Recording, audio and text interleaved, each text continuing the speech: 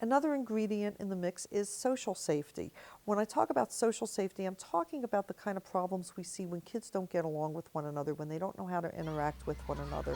There are a few things we can do to create social safety. First of all, we start paying attention to how kids interact with one another. Some of the research I've done on emotional experiences in the classroom, I cannot tell you how many times I've heard from adults, where were the teachers when these people were picking on me, when these people were beating me up, when they were calling me names?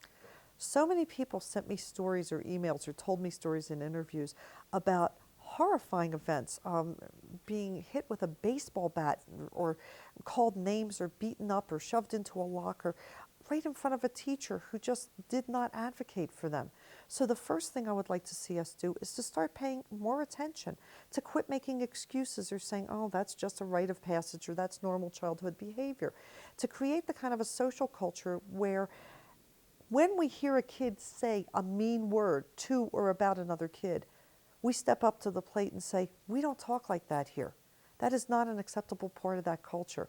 Now, what I'm seeing happening now, someone was telling me a story about how her son was thrown out of school for using an ethnic slur. He used a word that was derogatory, racially derogatory. And he was given a week's suspension for doing this. Now, on one hand, I have to credit the school at least for acknowledging and being aware and not making excuses or allowing this behavior to continue. My question is, what did this child learn by being thrown out of school? Here was a wonderful opportunity. Do you think he developed more tolerance, appreciation, sensitivity, empathy, or any of the other skills we want kids to develop or character traits we want them to develop by being sent home for a week? He got a vacation. If anything, all he learned how to do was, communicate his prejudices a little more quietly or a little more selectively. Here was a golden opportunity to help work with this child in such a way that he would come out of that experience with a different set of values and a different set of behaviors. So number one, we're going to change our level of awareness and advocacy for the kids who are getting a hard time. Number two, we're going to teach some social skills. Most of the kids that we see, certainly a lot of the kids I see with the high-risk teens that I've worked with, are kids that are not very good at setting boundaries, at interpreting social cues, at learning how to make an apology. They're more concerned about maintaining this honor or their dignity or protecting themselves in such a way. Once again, to be able to say, whoa, I'm really sorry, I blew it, takes a tremendous amount of centeredness and skills and things that kids don't often come to school with. I'd like to see kids learn how to ask for what they want instead of calling names or asking kids, please don't call names or please don't call me that or let's play without hitting. We can teach 4 and 5-year-olds to do it because I've seen teachers do that.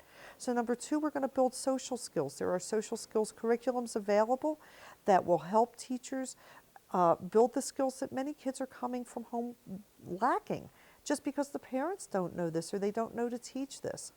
Number three, we are going to build emotional intelligence. I would love to see kids learn how to take a little bit of teasing or ribbing and not take everything so personally. I'd love to see kids learn how to stand up for themselves without hurting one another. I'd love to see kids just be able to disengage from a conflict without, having to retreat to a corner and plot their revenge.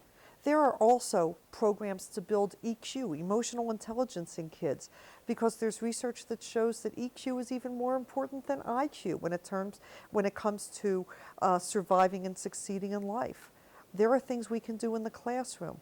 Now, a lot of teachers say, I don't even have time to cover the fractions or the addition or the history, we're so far behind. Well, I guess again it comes down to what are we doing in the schools? What is our purpose? If the kids come to us and they've got all these skills, then we don't obviously need to pay attention to them. We can concentrate on the cognitive. Unfortunately, we've been concentrating on the cognitive to the exclusion of other things that keep getting in our way over and over and over again.